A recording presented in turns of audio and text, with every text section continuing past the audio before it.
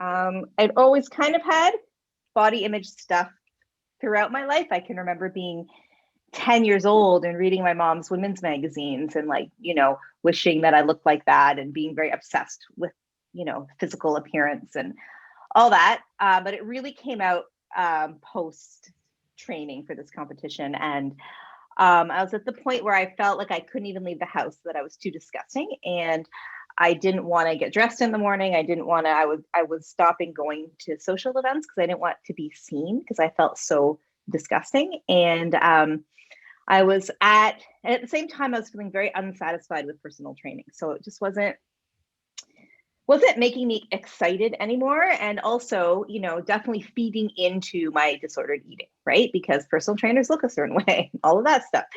Interesting that I chose that, right? So I was at a mompreneurs event and Tara was speaking. And she was talking about her process.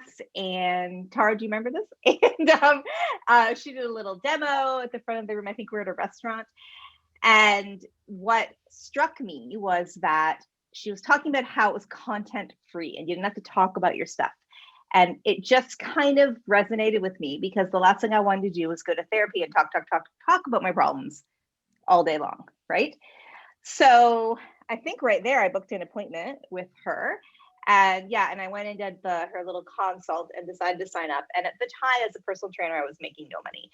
And I'm sure she was charging almost nothing probably at that point, right? Years ago, but it was a lot of money for me. And I felt like, I just felt like I had to do it. I didn't have any other choices because it was affecting our son, who was, I think, 6 or 7 at the time. He was starting to really notice that I wasn't eating and that I was crying all the time and asking me about it. And I thought, I definitely don't want to pass this stuff on. So I started working with Tara, and it was, super weird. Like, I remember that I would come home and my husband would say, "So what did you do with Tara?" And I'd be like, I don't know. I have no idea. I don't know what happened at all. So, but I did know that I felt better, and I felt better fairly quickly. It was weeks instead of years, right? Which I think we're all used to hearing, that it takes years and years and years, right? So I was impressed, and I was kind of fascinated with how it all worked and what went on. And then there was a point where I think I was told that I was taking prac. I don't know if I had a choice, but it's a great selling technique. This is what you're doing. You're already in my brain, so just putting that stuff in there. But I definitely wanted to, and so I did their first prac, and it was so eye-opening to me because it was so, to find out now, like what we were actually doing that I didn't remember and how it all worked and sort of why it worked and all that stuff was really cool. And I just fell in love with it, the whole process. And I'm the kind of person that I'm not going to invest money in a course and not do something about it. So I immediately thought, well, this is so cool. It could really work with my personal training clients right now that I have, right? Because there's people who they lose weight, but they still don't feel good, or they, are struggling with losing weight or whatever. So I thought, wouldn't this be a cool thing to kind of integrate? So it didn't work. None of my personal training clients wanted to do it at all. They saw me in a, specific way, I think. But I just started to attract clients. I was just, my first client, I was sitting at my son's basketball game, and one of the moms just started talking to me about her past abuse and all these horrible things in her life. And after I sort of told her what I'd been working on, and she signed up as my first client, and I'll tell you, that was trial by fire. Oh my Lord. The things she had been through, I was just sitting there going, okay, just stick with pace, stick with the process, right? And it went great. So I just started attracting clients. So it got to the point where I was doing half of my clients were NLP clients, half were personal training. And I literally could barely muster up the energy to work with my personal training clients. I was starting to hate it. And then I did their first pace and hypnosis, right? I did all the things with you guys. And was just sort of struggling with what to do. So then I think I was also told that I was doing Master Prac in Vegas with Ted James. So for the next summer. And it was actually crazy because I went with my family to Italy to see my husband's family in the first part of the summer. We got home, and 3 days later, I was on a plane to Nevada. So it was completely nuts and ridiculous. And I was 100% broke. So I did, like when I was checking out of the hotel after Master Prac, I was like, please work. Please work. And then I came, and during Master Prac, it was mind blowing. And I was like, okay, I'm done with personal training. This is it. I'm going to come home and stop. So I did. So I came home and I called my clients and I shut it down. And I was planning on seeing people in my home office. And then a beautiful office space health clinic was opening down the street from my house. And the naturopath who was running the clinic was an acquaintance of mine. I knew her from networking. And so I just called her one day and I said, I just would love to come and see your space because I'd love to support you and all that. So I went and I had a tour and it was beautiful. And she said, we don't have a brain person and I would love to have you on board with our practitioners. And I was thinking, yes, like I was just like, yes. And then I'm like, how is that going to happen? I think I had $12 in the bank. I had nothing. So I said, yes. And I'm going to figure it out. And I went home and I put 2 clients on my timeline for that Friday. And it happened and I paid my rent. And she actually let me pay my last month's rent in a couple of installments. So it worked out fine. And then I just started having clients. And started using that space.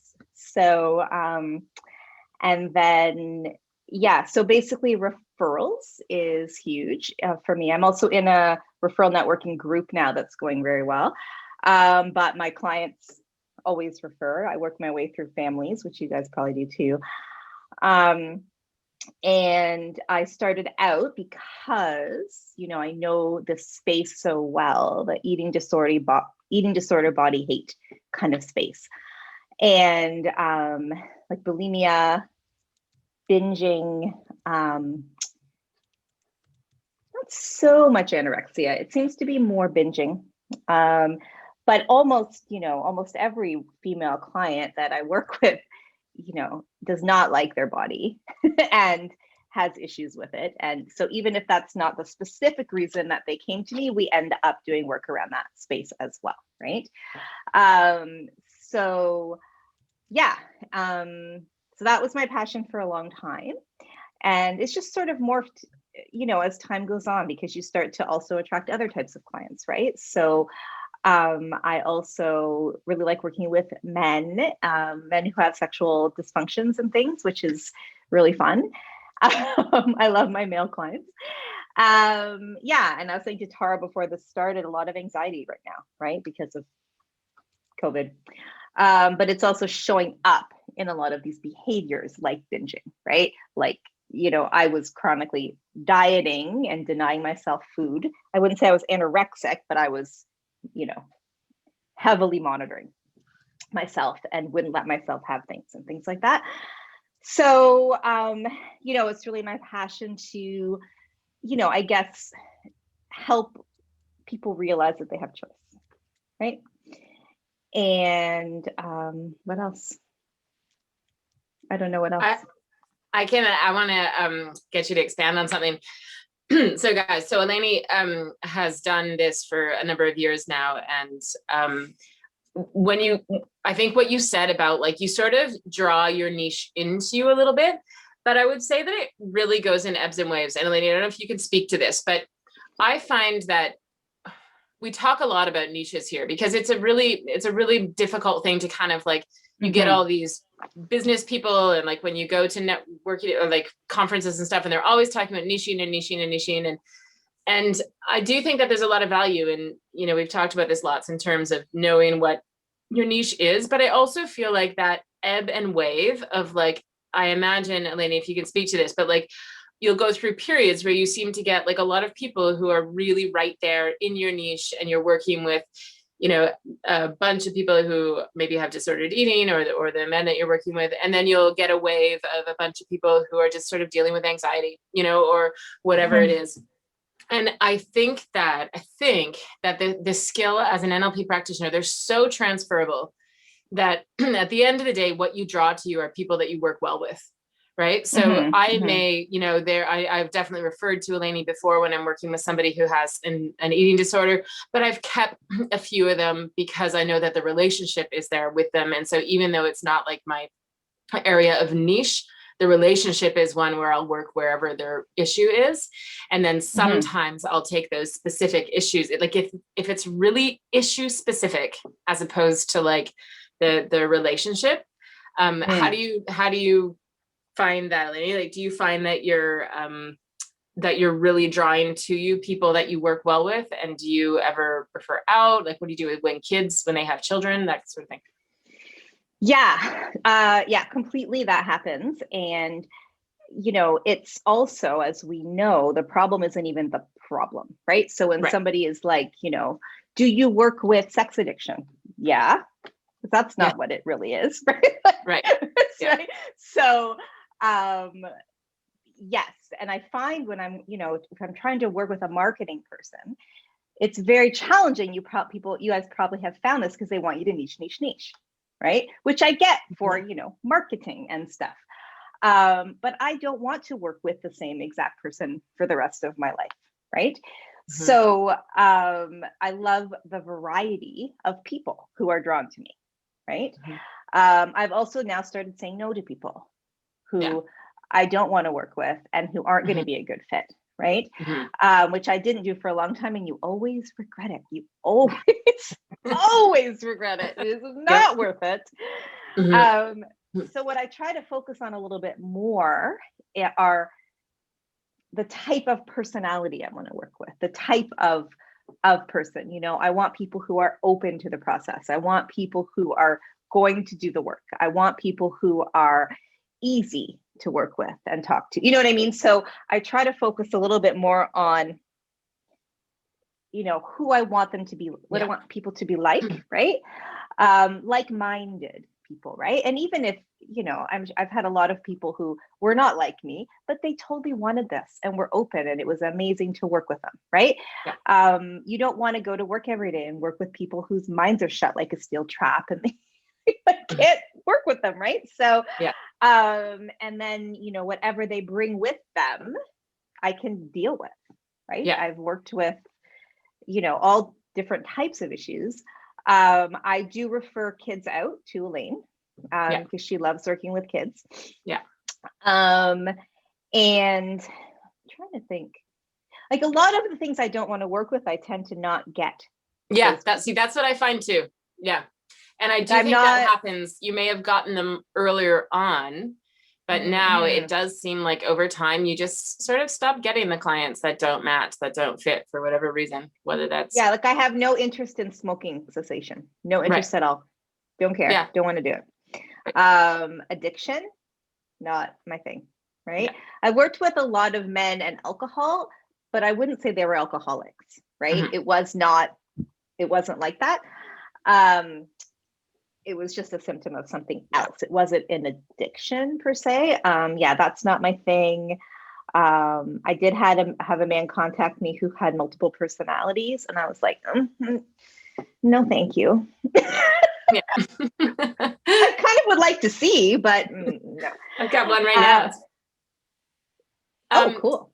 Eleni, can I ask you another question? Just if you could specifically speak to, just for, I think there's some people here that are really interested in following pace, you know, and, you know, Eleni, I would say I don't know what iteration, or how closely you follow it or whatever, but what are the things that are specific to disordered eating and specifically to body image stuff that you bring into the process? So of course you're still clearing big five, you're still dealing with trauma, you're still doing all that.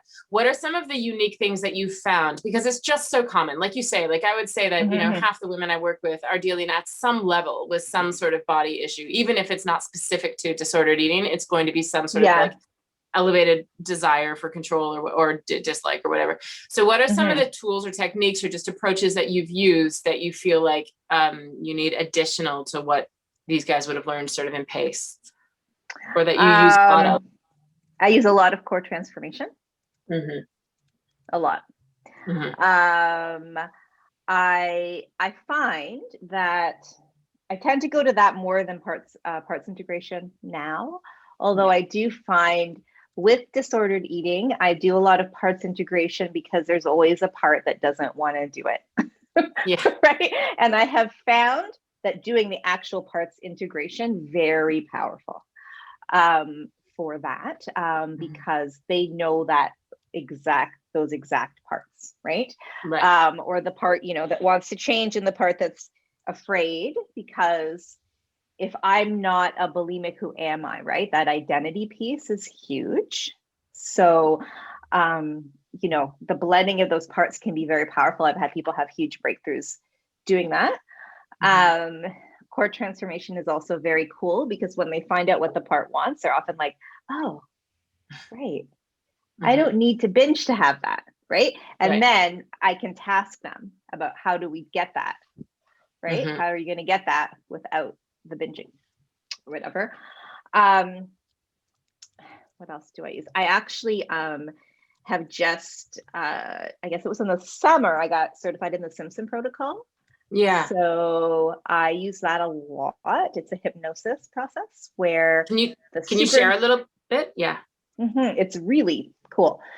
So the idea is that the superconscious mind knows exactly what needs to happen, right? So people don't have to tell you their problem at all.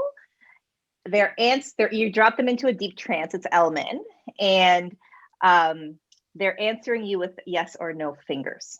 Okay, so they're not really even using their voice. So they can you actually help them park their conscious mind on a beach. And then you're only talking to their superconscious. So you can say, superconscious mind, is there anger or rage? Yes. Okay, cool. Superconscious mind, do what you need to do to release it and show me the yes finger when it's done. Bam. Like, super cool. So sometimes, right, when the conscious mind is getting in the way of even on your timeline and stuff, I find that, now I would never start with Simpson protocol because it's pretty out there for some people. I feel like they've got to really have the buy-in first before I bring out the big guns. But people have had huge shifts. I've had huge shifts myself during the training. And they love it, right? Because they literally don't have to do anything, right? And so it's a very beautiful process. So I've had a couple of bingers who I was like, I don't even know what to do anymore, right? It was maybe 70% better. But it was still happening sometimes. It was still, and I felt like I've done everything. And then I learned the Simpson protocol and I brought it in and it just done, right? So that was really a cool process to have. I do recommend it. I think Vicky just did hers. She just did it. So bringing in a little more hypnosis than I think I used to. What about tasking? What kind of tasking do you find is effective with people who are working through that? I find the guided meditations are huge for them. And I'll do them for them, but I also task them to download Insight Timer, and then we search for things that resonate with them. So that they can have some different voices, and people love Insight Timers. So I do that. And I mean, a lot of it is, I think, in the beginning, when you know, like what the binging wants, right? What the behavior wants, putting in tasks into their life that is going to recreate that, peace or oneness or whatever within themselves. To bring that self-care piece, I think is huge. And I mean, depending on the person, my one binger, so she was feeling, so her cycle was, she would start exercising again and eat really well and have her Weight Watchers app for like, I don't know, 2 months. And then she would tank and start eating crap and drinking all the time and stop exercising constantly. So I met with her after the cycle had happened, and she was like, well, it doesn't matter anyway, because I've already ate all this crap and I don't care. So I said, okay, well, enter the crap into your Weight Watchers app. Enter it in, log your food, right? So she logged her food and she was like, oh, I still have 5 points left for the day. Right? So it's helping them get that evidence that that's not true, right? Yeah. That's just a story that you're, right? That old pattern, that story. And when she realized that, it was like this light bulb. And then after we got off Zoom, she went and got on her Peloton. That's so brilliant, eh, guys? Like, that is so brilliant in terms of like separating the reality. So it's separating the experience from the language used to, because we tell you this all the time in the training, but it's so hard to actually realize, right? When we say that, like, language doesn't, it's not just describing your experience, it is your experience. When you say, I'm miserable right now, it's not that you're describing your experience. You are literally creating that experience. You now believe that you are miserable right now. And so the idea of like, oh my gosh, I totally completely ate, way too much, or I just totally binged on that's just not a description, right? That becomes the experience. So being able to separate that through is such an incredibly essential part of stuff like this, right? That's amazing. And when I was doing it, I was thinking, oh God, like this could go one of two ways, right? Yeah. But it worked. So, and she was like, well, then I had, I don't know, whatever boozy drink. Cool. Yeah. Enter it in, right? And then you can see, right? So I think a lot of it is getting them to go back to that evidence in their brain that is true, to compare it to the reality that they're creating, right? Yeah. So sometimes it's even just that reframe with them, right? Is helpful. Yeah. Yeah. So then I just said to her, no matter what, I don't care if you're binging, log your food, right? Put it in the app. It's never as bad as she thinks.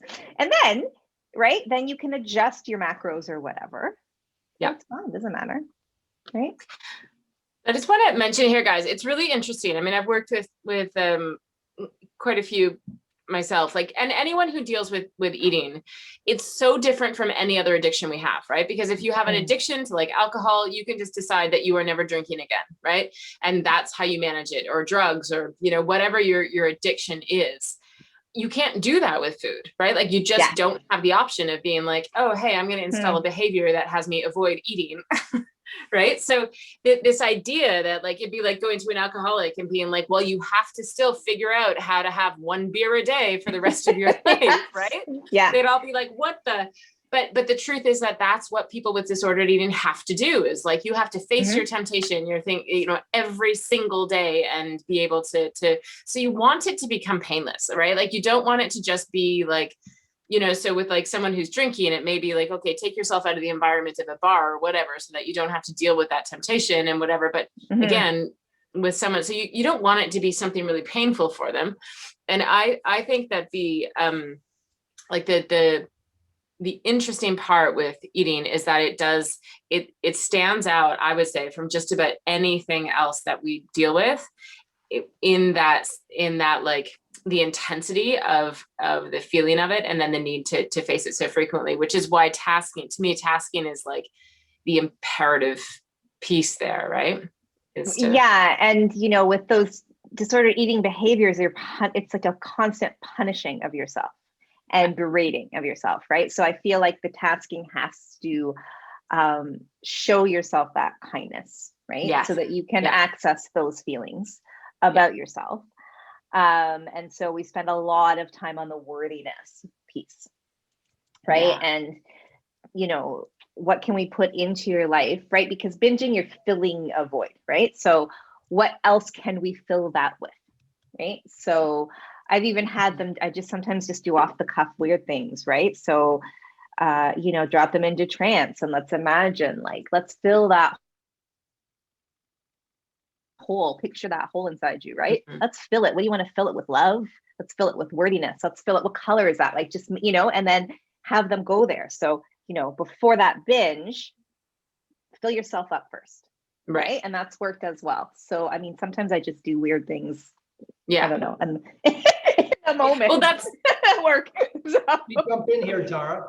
When you say that, you know, so fill the void before you binge, you've actually, you're either covertly or overtly, you've elicited their strategy for binging, and you've added a new step in the strategy that leads them to a different result. If you parse it out into fundamental NLP techniques, which is brilliant, you're doing it extemporaneously using hypnosis, or as you say, Eleni, I'm really interested in eating disorders. You don't come out of the womb with them generally, right? They're a learned behavior. And so what are some of your observations about the triggers, the adverse childhood events or significant emotional events that lead to eating disorders? Sexual abuse. Okay. At a young age, like kind of like preteen, right? Body, right? So it's sort of like this, your body is, I don't know if I want to say damaged, but right, there's something wrong with me. The body becomes yucky, and that punishment, that my fault, that guilt, that shame, right? I have another client, and you know, she knows exactly when it was created, the binging. She was walking home, she was 7 years old, and a little boy was going to come to her house to play. He was her best friend. And another little boy said to her friend, don't go to her house, come to my house. She's just going to be fat like her mom anyway. At 7. And then her brain was like, yeah, I am. Right. And then she, you know, and then I think the next year she had a teacher who used to weigh her in front of the class. Yeah. You imagine that now? No. And would write down, like, you know, if she lost a pound, she'd put a star on the board, or, you know, whatever. And she can't remember what led up to that or what happened. You know, she just has the memory of that happening. And, you know, so it's that shame, that unworthiness, right? So generally events like that, sometimes it's been like a sexual experience with a boyfriend that you're not ready for. I've also had that really create that, right? So it's sort of like, sometimes it's sort of like that my body's betraying me. Yeah. And I need to punish it, right? Because it's a punishing behavior. It's not a, you know, it's certainly not a kind behavior. And similar for anorexia as well, I have found. And, you know, with anorexia, it's a lot of like control, right? So often when they're young, there's been situations at home where they felt out of control, right? So it could be an abusive relationship between their parents, or fighting, or that kind of stuff. I've had that where they felt out of control. What can I control, right? Yeah. My body. All I can control. When you say young, can you speak, because we always talk in those 3 developmental phases, right? The 0 to 7 is the imprinting phase, and then 8 to 14 is modeling, and then the socialization, 14 to 21. So when you're speaking about young, are you speaking in the imprinting phase where they witness? 0 to 7. Yeah. Yeah. Okay. 0 to 7. And I've had also lots of, I couldn't tell you percentage, but a high percentage of women I've worked with eating disorders whose mothers were sexually abused, which I just find interesting. In the realm where I I've had work, that too. in trauma. Oh, is that crazy? Yeah. in the realm I work, of course, in trauma, we talk about intergenerational trauma.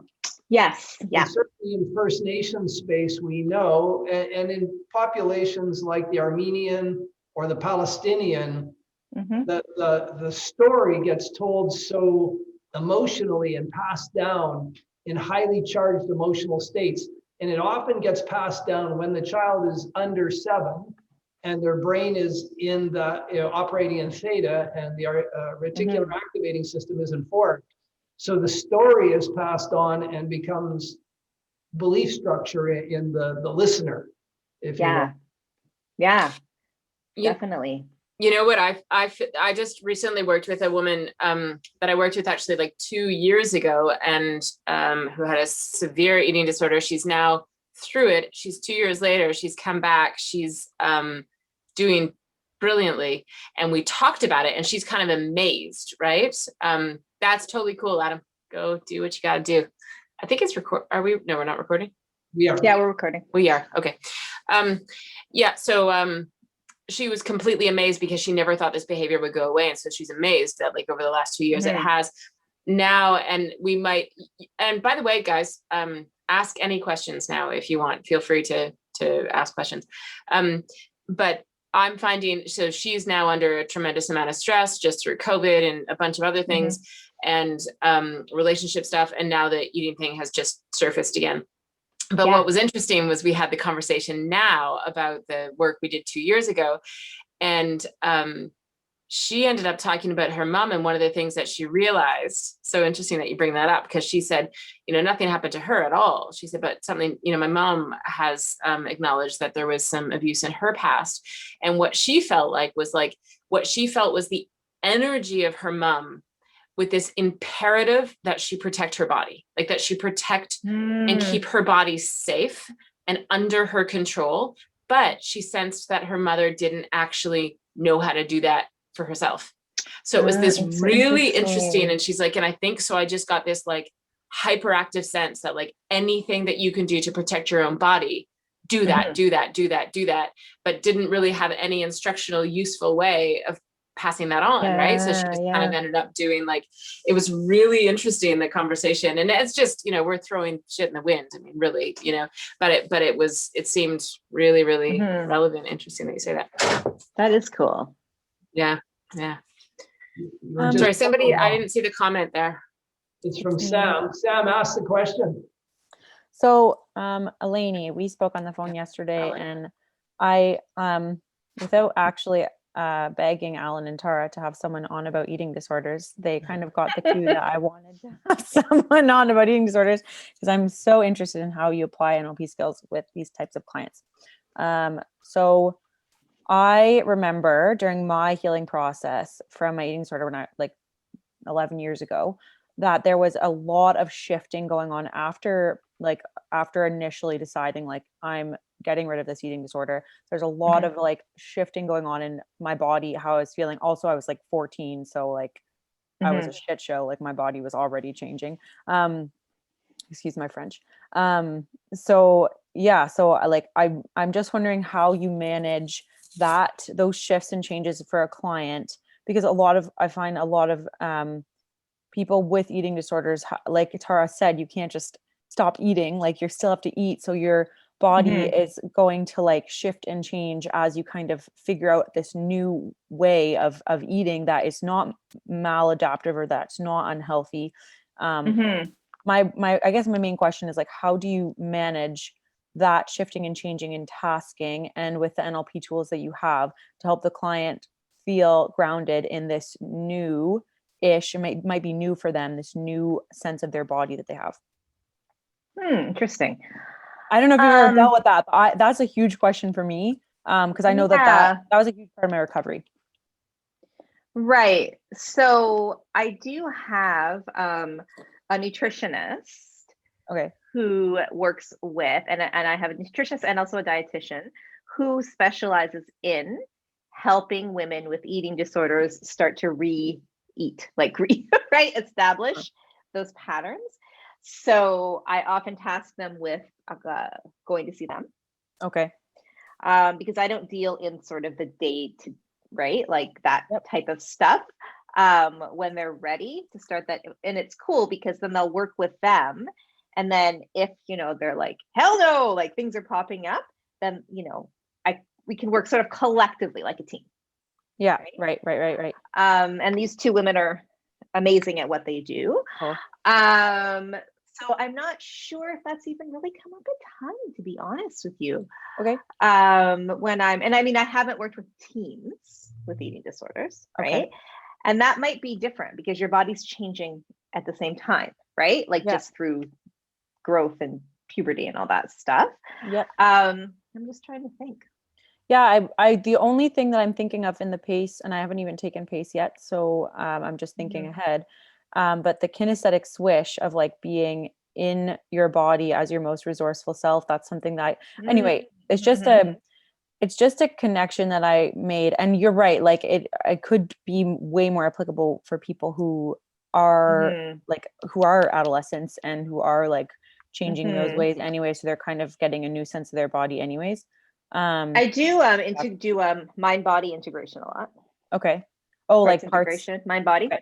Yeah. That would make Yeah. total sense. And when you were talking about like audio tracks, like hypnosis and meditation tracks you give them, I'm sure that some of that is breathing, and like Body scans. In a sense. Yeah. We do a lot of body scans. Right. I also do I do Ho'oponopono with everybody, but I still don't know what this magical funky word Ho'oponopono is. You've got it, Sam. It's sitting on your desk, man. You got to go to Master Prac to get it. Okay, Or I guess I'm look stuck on with you your, guys. Oh, Tara, no, desktop. the only place to get it is Master Prac. Sam, look in your files. Okay. All right, I got it on my desktop. Cool. Because I find Ho'oponopono, that guys, is cutting cords. Sorry, go ahead. yes, and forgiveness. Okay. And there's different ways to do it if you kind of look into it, but I have a few different ways. I have a membership portal, so with that my clients all go to, so everything's there. Meditations, I have videos on anchoring, videos on peripheral vision. I task them with that. I don't do that in a session with them anymore unless they ask for help or whatever. And I can see if they've done it, which is cool. So, but I find that when people have that idea of their, body as betrayer, and they have that separation, a lot of self-forgiveness has to go on. And so I find Ho'oponopono a very powerful process for that forgiveness of self. Even forgiving them for like entering the eating disorder at all, or for everything. Right. Okay. Causing their family stress, like all right. Yeah. Cool. All Awesome. forgiveness is self-forgiveness. Does anyone else have questions? Yeah, Eleni, I was just wondering, do you use, you were part of the wholeness, hi, by the way, nice seeing you again. Oh, hi. Do you use wholeness at all? I do.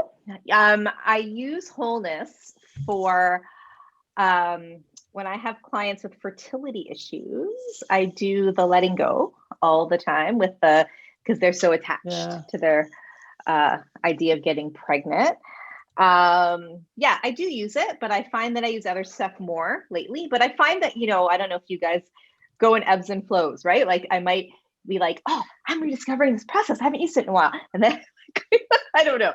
So, but yeah, I do. And I also, what's the other one I like from wholeness? I was wondering if the inner authority, because I was just going to say the authority. Yeah, reclaiming your own power. Exactly. Yeah. And, the whole idea of, being able to step into your own power and, because, the people who come to us, they feel powerless, right? They don't think they have choice. And the world is telling them, well, no, you don't have choice. You just have to learn how to deal with this thing forever, right? You just have to learn to deal with your panic attacks in the night for the rest of your life. Or, you just have to manage your binging behavior. And, drives me crazy. Oh, it's so awful, that language. I know. And then people come to us and they're like, it sounds too good to be true. Like, why? Yeah. Okay. So, Yeah, so it's that whole idea of choice, and you guys have probably had clients that had that realization moment of, oh my God, I can choose not to do this. Like, it's just so cool to get them to that place, right? But yeah, inner authority is good too. So yeah, I do use all the tools. Not Catherine, if my clients let me, I would do wholeness after wholeness after wholeness after wholeness. Like if they were, I have almost no clients who are willing to let me do just wholeness with them. But I do feel like I'm praying for the one who's going to show up, who's going to be like, let's just do wholeness all the time. Because I have a suspicion that you would get such deep, profound healing, that you would, like, and I know Connie Ray does it. I know Connie Ray has clients that they just do wholeness work. And the reason is because it's just these layers upon layers upon layers upon layers of expectation that are impossible to define. It doesn't matter how much like linguistic stuff that we have, no matter how deeply we can go into hypnosis, all that kind of stuff, you're still accessing some part of the conscious mind as soon as you're doing, any of this stuff. It's still, which is good. So mostly. That's why you love Simpson protocol, right? Because that takes it out of the equation. Yeah. I have had clients that, 2 clients who just could not deal with timeline work, and we only did core transformation. Right. So we did the big 5 core transformation, and it was beautiful. It worked. Yeah. Like a charm. And I was thinking, thank God I have this process.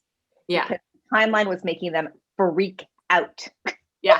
It's funny how you get that. Like when I say, Kate, jump in here. What did you say you did big 5 with core transformation? Yeah. Oh, okay. Yeah, so hilariously, I've been talking to people on the phone about core transformation, and Tara and I realized today that I actually know nothing about core transformation. So it's great. It's so easy for them. Yeah, Kate, thank you for asking this question, because I was going to ask the same thing. I had no idea that core transformation was so powerful and that you can kind of ninja with it. And we're going to learn how to do it in your workshop, Tara? Yeah, for sure. Guys, I want to swing back to my comment on wholeness. Alan just asked me to expand on that. When I say I'm praying for a client where I'll just do wholeness. What I mean is that like somebody who is so clear and clean of all their stuff, so that I don't like, they've already done big 5. They've already done core transformations. They've already done all that stuff. So that's like all clear. And we're just working with like the center of the essence of the being, because, you can do that with wholeness after not in place of. I would never, ever do wholeness work in place of like actually doing timeline, like doing a breakthrough with them. I would always need to do that. What I mean is I want like a nun who's 80 years old to come to me, where that's like all that we do, because I just think it would be so fascinating to just work that way. But sorry, I didn't mean to confuse there. I didn't mean in place of the work that we do, obviously. Sorry. Tara, if I'm not cutting off anyone else who wants to ask a question, Catherine, do you want to go first? No. Sorry, I just saw your mic was off, so I don't know. Oh, no, I just didn't put it back on. I was going to ask Tara, can you give a brief description of what wholeness is, like you did with core transformation today, to both me and Tanya, because I also am super interested in like learning just like a high level, like how is wholeness different than core transformation? Yeah. And why don't I do that at the end, guys? We'll reserve the last 10 minutes, and when all the questions and everything are over, then we'll spend the last 10 minutes and I'll go ahead and do that. Thank you. Yeah. Where did Alan go? Can't see him on my screen. There he is. Yeah, when you were talking about that, Tara, about, that place of just doing core transformation or wholeness, when I did my training on the Simpson protocol, the woman who trained us, that's all she uses, right? Yeah. And I took it with Elaine, who's, for those of you who don't know, is another practitioner who trained with Alan and Tara. And we were like, she was talking about, people having ab reactions and that kind of thing. And, we were saying, well, that won't happen to us because we're going to have done the breakthrough work first. Exactly. And it's so important to have that core stuff that you're doing first, right? Absolutely. And, you know, Absolutely. also like, I just, you have some, you know, military that come in and you're like, okay, your super conscious mind, blah, blah, like, see ya, right? Yeah. Like, Yeah. it's pretty weird stuff. But you know, I find it so powerful when you can layer these processes, right? Yeah. And you can meet everyone where they are. That's why, you know, the beauty Yeah. of what we teach, and then the stuff that you can add onto it is like, then you can really, because you'll get people dealing with this stuff at every single level, right? I mean, when you're dealing with like a teenager who has an eating disorder, I mean, there's only so much you can expect them to be able to do, right? I mean, in terms of just accessing their own inner self, like there's only, you know, and then, you know, when you're meeting people all along the way, and it's so cool because you really can, with this breadth of knowledge and ability and everything else, and not to mention like wherever they live in terms of like, you know, I have people that are so secular and scientific that they, you know, they truly believe that they are a biological sort of, you know, being that is just going to turn into dirt when they're done. And they just want to make the best of this, you know, moment, this experience. And then I have people that are absolutely so religious, so beautifully connected to like whatever spirituality, whatever religion, whatever. And the same processes, the same tools can be used because it's so guided by the meaning that the person you're working with does to it, right? Like it's like saying, you know, letters can only be used to write this book. Well, no, the alphabet can be used to write everything, right? Like this word can be used it can be the most divine word in the world, or it can be so, you know, pedantic and pragmatic as to be, right? And that's really the gift of being able to use this stuff at this level is, you know, you can match for everybody where anyone is, right? You're not limited. Well, and that's, I think, where the referral piece comes in, right? Right. Yeah. Because yeah, that's why you don't have to say no unless you choose to say no, as opposed to I can't. Yeah, exactly. That's cool. One of the realizations in NLP, when you're doing NLP, is that, you know, a big chunk of NLP comes from Milton Erickson, who, you know, is known as the father of hypnotherapy. So when you actually understand the modalities of NLP, everything we do in NLP is a light trance because we're in the imagination. We're bypassing the critical faculty.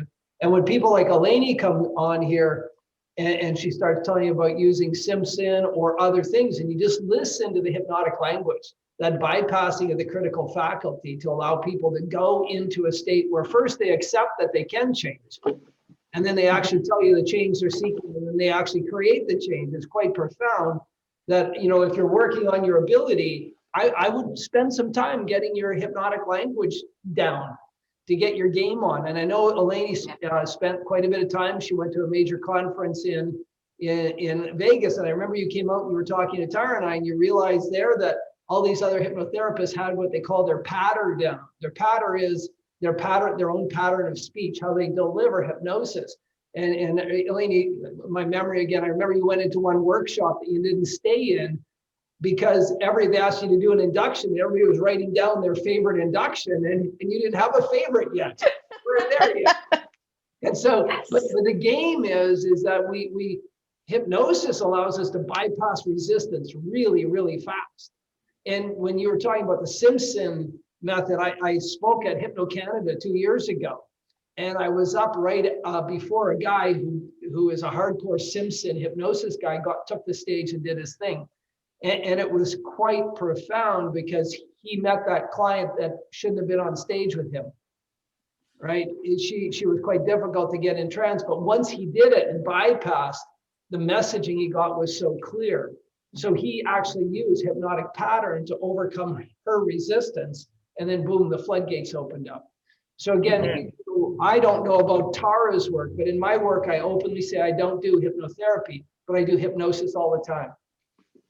I don't do hypnotherapy, but I'm doing hypnosis all the time. Anybody who's worked with me or anybody who could listen to something I do, I'm constantly asking people to close their eyes, turn within, take a deep breath.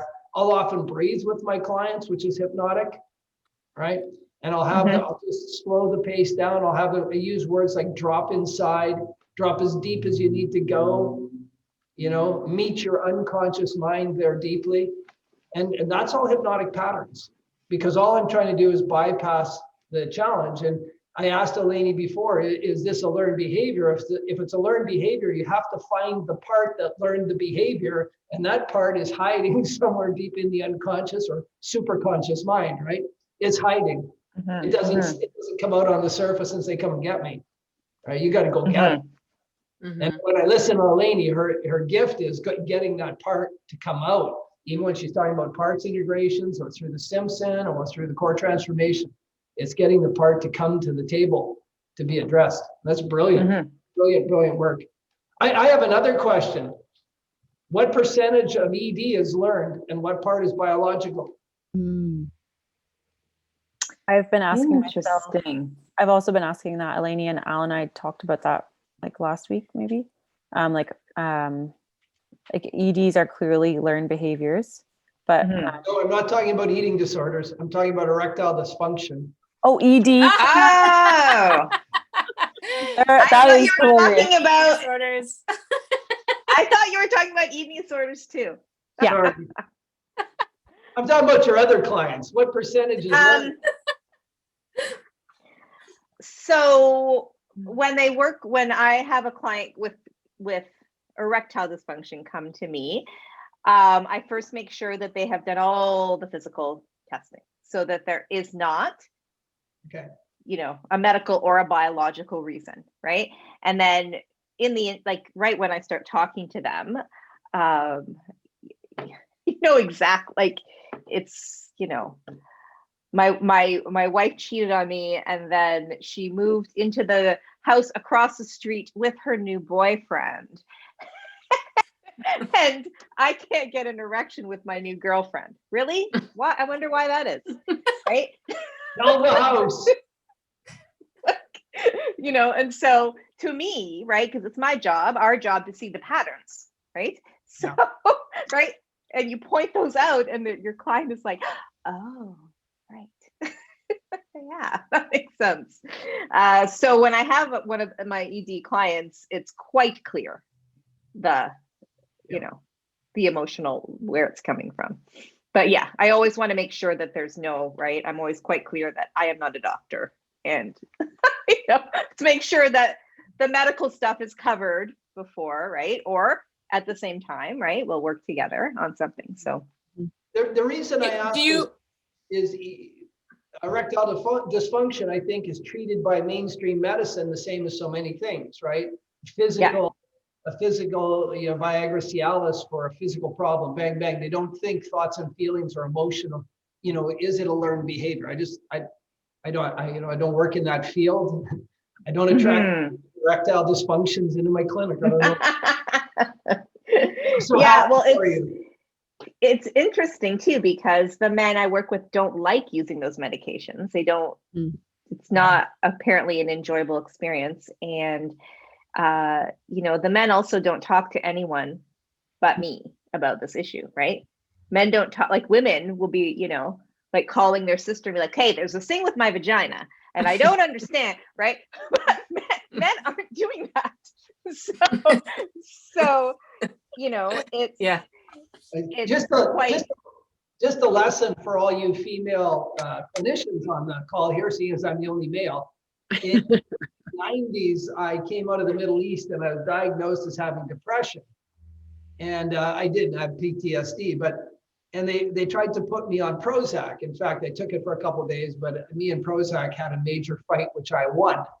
And but I said, if a man ever wants to be alone, if you ever want to experience rejection and loneliness, get together with 5 or 6 of your friends, have a couple beers, and say, "Hey guys, I want to talk to you. I've been feeling a little depressed."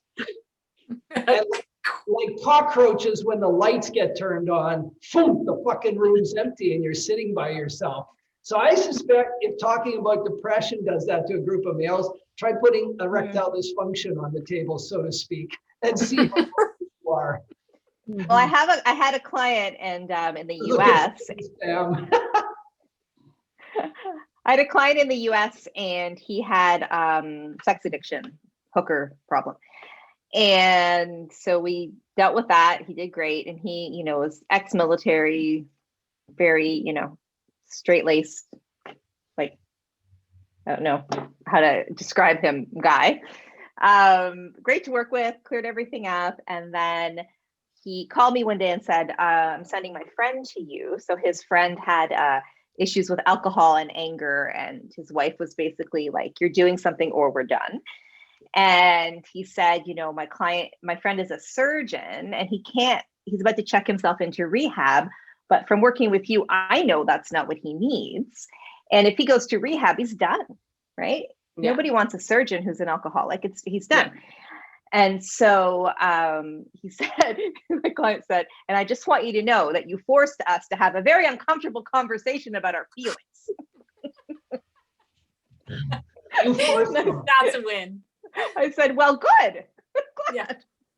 And then I started working with his friends and it was great. So yeah, it's not, you could tell he was like, oh, I don't want to say this. I need to tell him. I've been considering whether or not I should say this, but Eleni, when you were like, yeah, you just call your sister up and they're like, my vagina.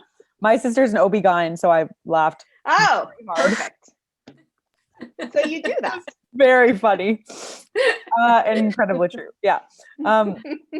Anyways, so another question I had, if I can flip and remember it, about eating disorders. I'm gonna think about it because it was just there and now it's.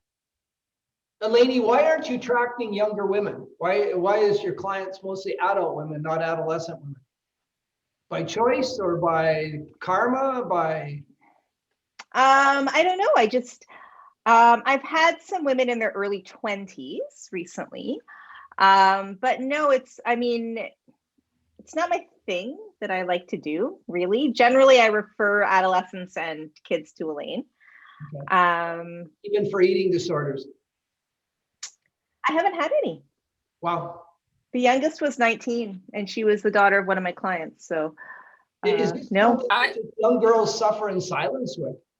Alan, I think it's actually that, yeah, they do suffer in silence. But I think also when a young girl, she's still working with her parents, and my suspicion, because I've gotten a few, but I haven't got a ton. My feeling is that when parents have a daughter or son, I guess, who's dealing with eating disorder stuff, they get scared and they go into their VL4 and they want a psychotherapist and they want someone who is, certified, designated. The parents are likely to have insurance, to cover that. So they're probably going to go for somebody who's insurance. My feeling is that because the kids are not making the decision to I want to go see an NLP practitioner. Right. So I think that's probably largely, unless the parents are super hip, super, You gotta be hip for NLP. Or they're putting them into a treatment center. Yeah, right? Exactly. They're freaking out. And my cousin in the States is, I guess in her early 20s right now, but she's been struggling with anorexia since her early teens. And I think she weighs about 50 pounds right now. And she has been in and out of every center. She has, she's, tough case. And, my family knows what I do. And I've told her mom, my cousin, I can help her, but if she feels weird, I can certainly refer her, right, to another practitioner. She won't do it. Yeah. She is happy controlling everybody with her eating disorder. And I've got she looks terrifying. It's terrifying to see her. And her mom, my cousin, is basically just preparing for her funeral, right? It's horrible. But you can't make her. I have two friends who daughters were anorexic, severely anorexic, again, worried that they were going to die anorexic. And just what you said, Tara, is they're terrified. If you try talking to them about anything, now this is before NLP, but there was things that I was learning about body image and all of this stuff, and I started talking, and they just on two separate occasions, not even the same conversation, just whoa, attack because they're so Yeah. threatened that this isn't the right course that they're on, that it just freaks the crap out of them, because they're going to these, and some of the therapies that their kids were being put through, I'm thinking, are you kidding me? Like demanding authoritarian around eating certain things. It's like they've got control issues and you're going to solve it with more control. Like, it was mind boggling. Exposure therapy. Yeah. I've had I had a young girl who came to me, God. right? Who had like exposure therapy, where she was like forced to look at the potentials, like basically looking at a woman whose body deteriorated to the point where she was like a skeleton, like this whole like fear-based, this is what, and I had to undo the trauma of that. Like, it was just like, this stuff What is is so frightening. What is that therapy? And it's like exposure therapy. Alan, they were doing this therapy to war vets for a while, because I saw a dateline on it like way before NLP, and I thought it was horrifying, where you have to repeat every detail of the trauma over and over and over and over again for months. Like a desensitization. That is prolonged exposure. Yeah. Okay. So I was at an event and I was sitting beside a woman, and I did my little talk about what I do or whatever. I think I talked about anxiety, and I remember her saying to me, well, that doesn't work with everything, all anxiety. And I'm like, yeah, pretty much does. And she said, well, I lost a child a few years ago, and, you know, I did that exposure therapy. And, you know, it was really awful. And it took about a year of talking about your child's death over and over again. A year. But now I'm fine. And I'm like, no, I don't think you are. When I taught down in the States, Kelly. Sorry, just a sec. When I taught down in the States, the veterans who had been in prolonged exposure collectively 100% called it torture. And nobody ever tracks the veteran suicide to what modality they were in when they committed suicide. Yeah. They don't track that. No one would do prolonged exposure if they tracked it. Sorry, Kelly, go ahead.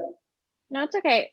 I had eating issues. Mine were from my dad having an affair and telling me it was my mom's fault because of her body.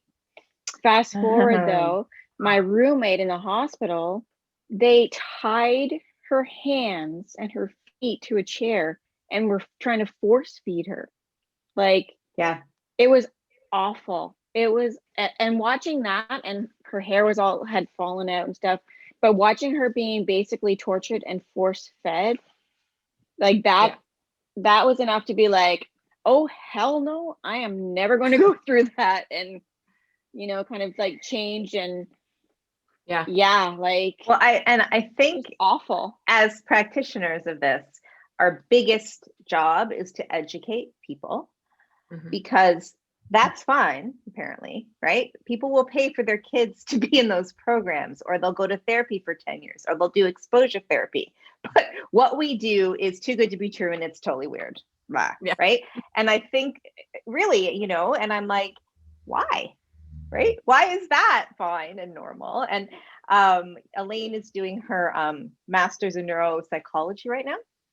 And she said they did an entire unit about what's the big therapy everybody does right now? What's the initials? CBT.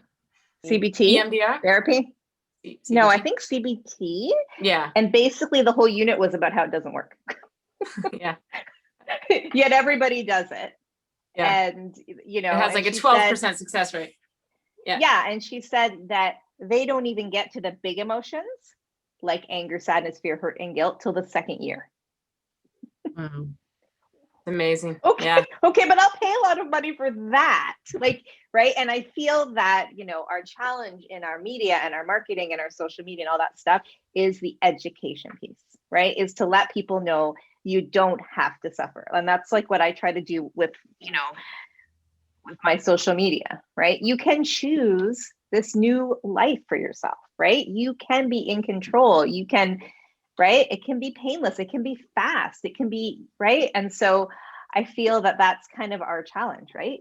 To educate people, because it just makes me so sad of what people go through. right? Dr. Beck, who founded cognitive behavioral therapy, actually said if it doesn't work on the issue within 6 months, the person needs a different therapy. And yet you see people going to cognitive behavioral therapists for 1 year, 2 years, 3 years. If you get into Canada's Veterans Administration, the CBT clinicians are being paid over $200 an hour, and people have gone for 5 or 10 years. Yeah. Yeah. I had a woman in my networking group is married to a cop from Halton. And she got me to just do up a little flyer that he was going to put on the bulletin board, right, to help out the police, right, PTSD or whatever. It's just like information about me and whatever. And the backlash, this poor man was getting phone calls. Like, so some people thought it was great. The woman who was in charge of health and wellness for their division sent me a message saying, you need to call me. And I'm like, I don't need to do anything, actually. You want to talk to me, you feel free to call me anytime. I don't, one of my friends put up my flyer. That's pretty much you, right? But they were so terrified of what we do and and I felt terrible for her husband. I said, I'm so sorry. Didn't know that, but yeah, people went insane.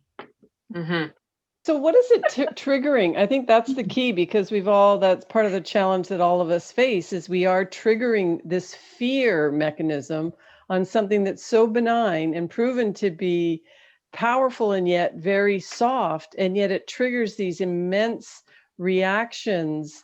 It's quite fascinating. Okay, so you guys set your clock to like, I don't know, 10:30, 11 tonight. Truly, Yeah, that's As here I go. Yeah, but just, I mean, in terms of like the fear, of like, this flips everything that we believe in our culture. You know how we talk about one-time learning, and we do that, everyone who's trained with Al and I have heard us talk about, like, in society, we are so willing to believe the negative experience can happen like that, right? So you can be 100% convinced that something is safe and good and, fun and all that kind of stuff. You've run that program and everybody knows that a million times in your head. And if one bad thing happens, so you have one tragic thing happen, one emotional experience where you don't even have to get physically harmed, but it's such an emotional experience, so you get flipped out when somebody comes into your house when you're not there or something, and we all go, yeah, no, that makes sense. We all accept that, like, we get it, we believe it, that your mind, regardless of how many times it's run the positive program, one negative event, without any thought to, like, nobody out there is saying, wait a minute, you can't have felt safe in your home for 30 years. And then because one thing happened, now you don't feel safe. None of us say that. None of us are like, how could your brain possibly do that so quickly? Because you would need to learn how to, like, feel unsafe, right? Like, none of us do that. We're all like, yeah. But if we say the flip, if we say the opposite, if we say, yeah, you've been afraid to be inside your house for 30 years because you were afraid of what happened to you after you were a kid or whatever, I can, with one powerful emotional experience, I can turn that around and I can make you feel safe in your house. And everyone's like, yeah, that's bullshit. That's bullshit. You can't do that in one emotional experience. Like, we have a culture that everyone would have to admit that everything that they have believed is, like, wrong in terms of Tony Robbins says it all the time. And I'm not a huge Tony Robbins guy, except, he's brilliant. But I'll say, you want to know the number one addiction in America, in Western cultures, it's to our problems. Our addiction is to our problems, to our problem states, right? Separate somebody from that. And so we're just like, the degree to which people have to turn around those fundamental core operational beliefs that they have is just too much, right? It also, the fear people have of, like, are you kidding me? You're going to tell me that, like, if they buy into this, what they have to acknowledge was, I think all of us at one point sort of felt like so I just beat myself up for 25 years, like, feeling shame over this crap that I did when I was like, and you're telling me that if I had just found this 20 years ago, I could have lived a life of joy and love and happiness and, right? Like, oh yeah. That's a hard pill, man. That's a hard pill. We like to work for our achievements. We like to work hard for our like happiness, right? You've got to earn that shit. And that's, I had a client who was really, she got the results she wanted. And then she was really mad and told me that she didn't think it worked. And so we met and I went through her DPH with her and like, you know, how she felt now and everything was where she wanted it to be. And I'm like, I don't understand. And she's like, it eventually came out that it wasn't hard enough. yeah. It was too easy. And I was tasking her and doing all the normal things, but she wanted, you know, I don't know, worksheets and I don't know, units. I don't know. But it was like, it was just too easy and it made her mad. I'm like, yeah. Okay, well, I think we're done. I think another breakthrough is in order. Where's the limiting in that one? You know, where did she decide that everything in life had to be hard?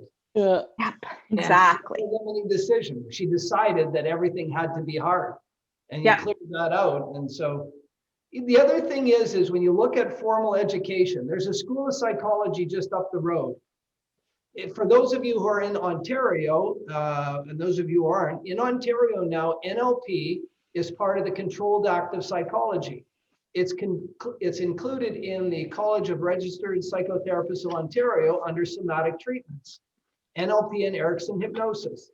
And yet there's not a single school in Ontario teaches it. So I reached out, a friend of mine is the vice president of master's programs at the University of Guelph. And I reached out and I said, Ben, I'm just down the road. NLP is part of this, right? And so can we teach NLP? Or I would like to get some young grads to do some research around the trauma work we're doing. He wrote back and he said, look, our school is focused on child development psychology, and they said they're not interested. And I wrote back and said, Ben, it's not that they're not interested. If you're in child development, you know, I did just a single search with these keywords, and there was 1,120,000 hits on child development and trauma. You cannot be in child development psychology and not be concerned about trauma. It's NLP they're rejecting. And the line went absolutely silent. So in a 4-year undergrad degree, think about when you went to school, they make everything at universities complex. And as Eleni just said, her friend and our friend Elaine is doing a master's in psychology, and you can't deal with big emotions in year 1. You have to wait till year 2 because they're too complex. They're two things. And I think the brilliance of Bandler and Grinder and NLP is they took the very complex. They researched 4 of the greatest clinicians ever, you know, Bateson, Fritz Perls, Erickson, and Virginia Satir, who represent, when you look at the body of psychology, those brilliant clinicians represent, they took their tools and techniques and put them into transferable skills that get reactions fast.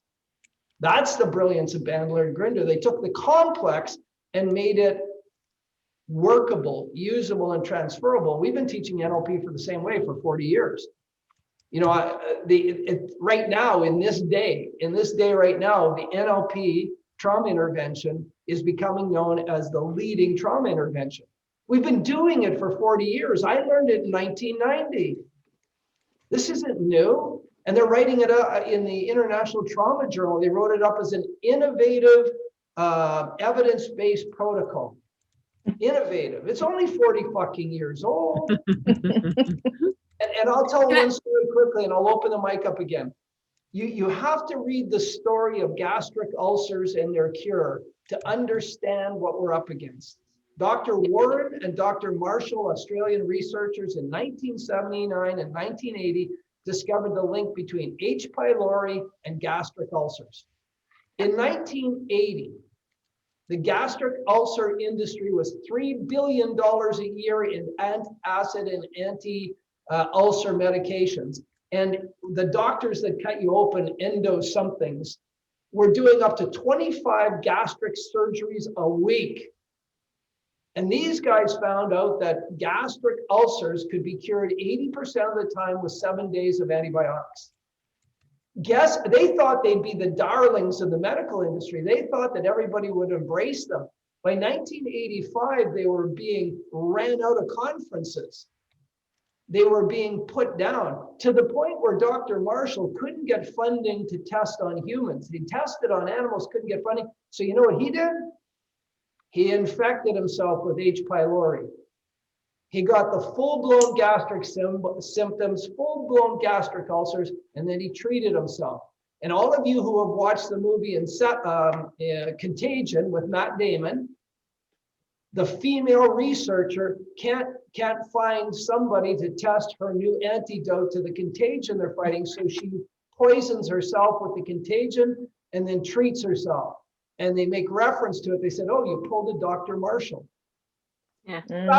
Fast forward from 1980 to 1995. In 1995, the CDC, who we're now all dependent on for COVID-19 information, by the way, 15 years after the discovery, they published a paper saying that ulcers were created by bacteria. 15 fucking years after and in 2003, Dr. Warren and Dr. Marshall won the Nobel Medicine Award. Took 23 years. Yeah. So the people, God bless them, in the psychology schools, they don't go to psychotherapy schools. Their intent is to help others. But they're in a system that indoctrinates them to the impossible. Everywhere in psychotherapy in my world, around trauma, they say trauma is impossible, difficult, if not impossible to overcome. Again, talking from a Canadian perspective, the leading person who has been a spokesperson about trauma is General Romeo Dallaire. Mm-hmm. He's a risk. He will stand at the front of an audience. He was the commander, the UN commander in Rwanda in 1994. He witnessed 800,000 people killed under his watch in 30 days. Okay, he was traumatized. And he'll stand up in the front of an audience. Tara's mom and dad and I went to hear him speak 2 years ago here in town. And he say, trauma is an injury that a soldier gets and never heals from. Mm-hmm. He is part of the problem. And you see it everywhere.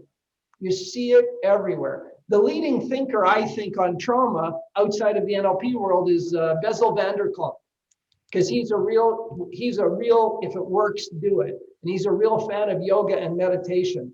He says we should knock down pharmacies and build yoga studios. He's my kind of guy. Right? He's my kind of guy. There you go. That was my rant. That's what we're up against. It's just momentum. And it'll change. Yeah. I know we're getting close to that time when Tara's going to talk about wholeness. So I have one more question. Actually, two. Is that okay? We got time. So long as you guys are good, we got time. I mean, okay. Sleep is overrated. We totally understand. Anybody who needs to leave and who has, other stuff to do, by all means, we are never insulted if you have to go. But if you want to stay, stay. Go, Sam. Thank you. Okay, yeah. So cool. So just to confirm with everyone, that is exactly what happens to teenagers. Their parents are just scared, so they just whisk them off to the hospital or their closest GP or whatever. I know that was my experience. And also I also know that CBT does not work and takes a bajillion years, because that's what I went through. And there are better therapies, obviously. And I would say that I just did the CBT so that they would just let me out of the program and so that I could actually go heal on my own. And so with all that said, there must be better things to do with eating disorders. However, I have found in myself, and I know that a lot of people with eating disorders, because they never get adequate treatment, they might go on to heal. I know a few, like my little sister also had an eating disorder, which is an interesting thing about them. They run in families because obviously they're a learned behavior. So one sibling learns a behavior, then there might be a reason why the other one might. They're probably learning the same things. And I also know so many friends who maybe didn't have anorexia like I did, but they had obvious symptoms that they were struggling with eating during adolescence or during university. So a lot of people don't get the adequate treatment that they need. They carry that stuff, and that's why we see a lot of eating disorder relapse later on, in early adulthood. so I guess the thing that keeps, I listen to a lot of podcasts like where therapists in their like 20s and 30s are helping younger people with eating disorders. But they say that a lot of other people who had eating disorders would not be able to help those younger people because they would be re-triggered into their stuff, if that makes sense. Oh. So I guess, and also knowing myself, I know that I'll never be re-triggered into those behaviors because they're so long gone. Like I decided that so long ago. The thing is though, that there's still stuff for a lot of people who want to help people with eating disorders. And I know you even talked about, like, you talked about with me, like you were a personal trainer and then you're helping people with eating disorders. And at some points now, like you have to do checks on yourself to make sure that you're not kind of going back into those behaviors, if that makes sense. So I guess my question with all of that said is, like, obviously NLP can help. I just wonder, like, if there's like a deciding moment, or if there was like one thing that you did, or if like, there was a particular belief. I just want to know your experience of like getting through the stuff that was keeping you from helping other people. Because at this point, I probably have to do a breakthrough on like what's keeping me back from coaching people with eating disorders, because there's there's obviously a healing crisis. Alan has been laughing at me all week about this, I'm sure, because like it's true. There's definitely like stuff keeping me back from that. Okay, so I would say that working with people with eating disorders never triggers me, because what I love is that I see them, I get them. And that is what my clients love about it, because, one of my clients was like one of my binging clients who she put on, I think it was 75 pounds in a year. And she said, before I met you, I was working with a stupid nutritionist who weighed 85 pounds and would tell me to like, just eat carrots when I wanted chips. Right? Like, yeah, I know that. Shut up. Right. And so the fact that I've been through, not the same thing, but I get her. Right. Yeah. And I think my clients really appreciate it. And I'm very honest that I'm not perfect and, at all. And I'm all, I work on my stuff constantly. Yeah. But now to me that I know that I have a choice. Right. Whereas before I worked with Tara, it was just who I was. Yep. So now right now I've had shoulder surgery, so I can't do my workouts like I normally would, right? Every morning I would do a spin class or whatever, and I can't, I'm still in a lot of pain. And so there's that part of my brain that wants to go to, you're going to gain weight. You need to go walk for 3 hours every day. Oh, yeah. You shouldn't eat this thing, right? But now I know that I have a choice in that, and I don't have to buy into that.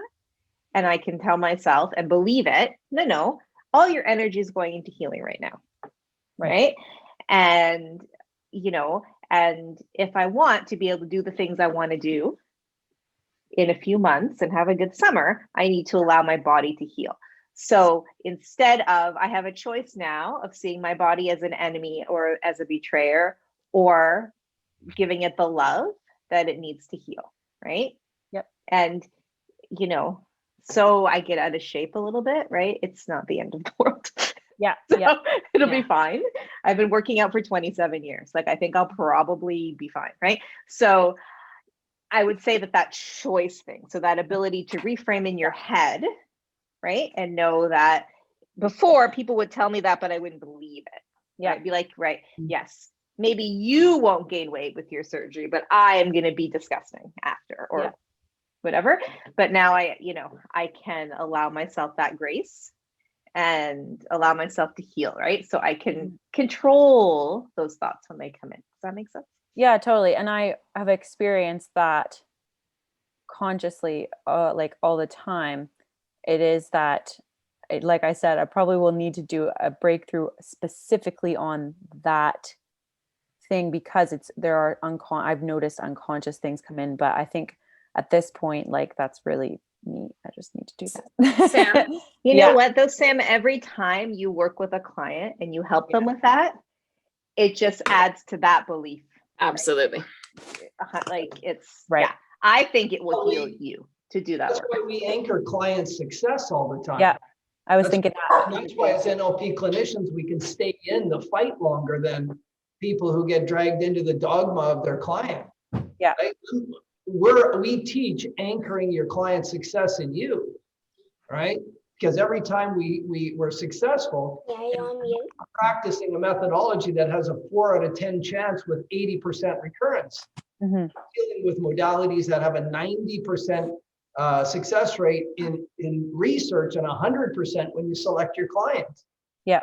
Right. And look at Eleni's head going up and down. And the brilliant thing Eleni did is we're all work in progress.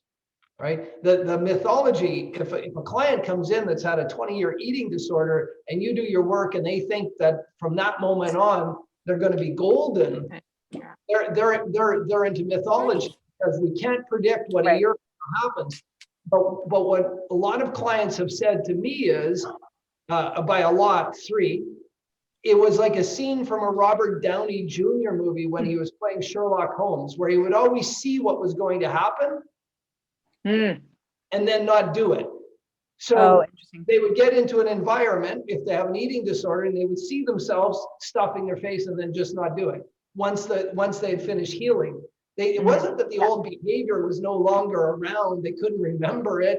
And it's the same with trauma people. It's the same with anger management people. When you help a person heal their anger management, they'll still get in that altercation. They'll see themselves in their mind losing their shit and then not do it. And they laugh about it. Yeah, I saw myself tagging that guy right in the nose and I just didn't do it. I went and walked away. Right. And that becomes the new prediction in their mind. So Sam, you've been over your eating addiction for 11 years. Your brain has a prediction that it predicts every day. I don't have to do that. I have choice. Eleni's brain is predicting every day. And every day that you make better choices, you're enforcing those predictions. And if you follow Feldman Barrett's work, that's how our brain progresses. That's the evolution. Right. Tara and Tessa, what do you have to say? Yeah. Tessa demonstrating her eating. She just came up and said, I wanted to have some ice cream. So I had just a little bit of ice cream, but then I ate an apple after. Tessa, show us your teeth, baby. I just wanted to add something here. I think it's really, really, really essential that as NLP practitioners, what we're doing is it's so imperative that we're calibrating on being able to have like resilience to a behavior that we know is there, right? So as Al was saying, like, I think one of the, like I had a client today who kind of came off the rails last week, and we're so worried about, does that mean that this didn't work? And, like all that kind of stuff. And where I think it's really important to spend the time is like, no, what you want to focus on is like, you came off the rails, but you got back on track, right? You were able to use what you learned and you were able to just, you don't have this stuff that would have kept you in trouble before. Now you have that ability to come back. And in fact, I would be concerned because if somebody who just say they decide that they're going to like, get up at 6 o'clock in the morning, every morning and go for a run. And then they do that, right? They do that every single day for the next 4 months, 5 months, 6 months. I am not sure that if that person then goes a week and doesn't do it, do they have what they need to be able to recognize that it's okay? They just, had a bad week or they had a stressful whatever. Can they get back into that, right? Because somebody could have a really good behavior. And if they don't have that ability to fall off and then get back up, then you haven't necessarily done them a favor, right? You've just kind of got them on like a high. And what you really want to see in your clients, and especially I would say with all of my eating disorder clients is like, you want to see that they do sometimes screw up so that you can be there as their like absolute cheerleading team of like, yes, you did. You fell face first into a pizza, but what did you do the next day? Right? And how long did it take you? This time it only took you a day or two or whatever. whatever. And then it's like a muscle that they're building up. And so they now have this ability to do something they could not do before. And it's not to live perfectly, because that is terrifying and awful, and nobody wants to do that. Yeah. It's that knowledge. You've actually given this person a resilience and a strength. And so we want our clients to mess up. Yeah. So that I tell my clients that there's hills and valleys in life. Yeah. And my wish for you and my job as your coach is to help you build the resilience so that you can come out of those valleys on your own. Yeah. If you get to a point where you can't, then you call me. That's right. Yeah. And we'll take 10 minutes and you'll be fine. Right. In fact, in PACE, when we do a PACE breakthrough in the first 4 weeks or the second 4-week check-in, I do not like clients to go through that 8 weeks perfect. Like just like I want them to face something shitty in life so they can feel what it feels like to overcome it, right? Yeah. And so I actually celebrate when you get up against it, right? I tell them it's awesome. I'm like, that is friggin' awesome. It's just feedback. What happened next, right? Right. Beautiful. You're welcome, Ellen. I'm glad I could oblige that for you during PACE. Yeah.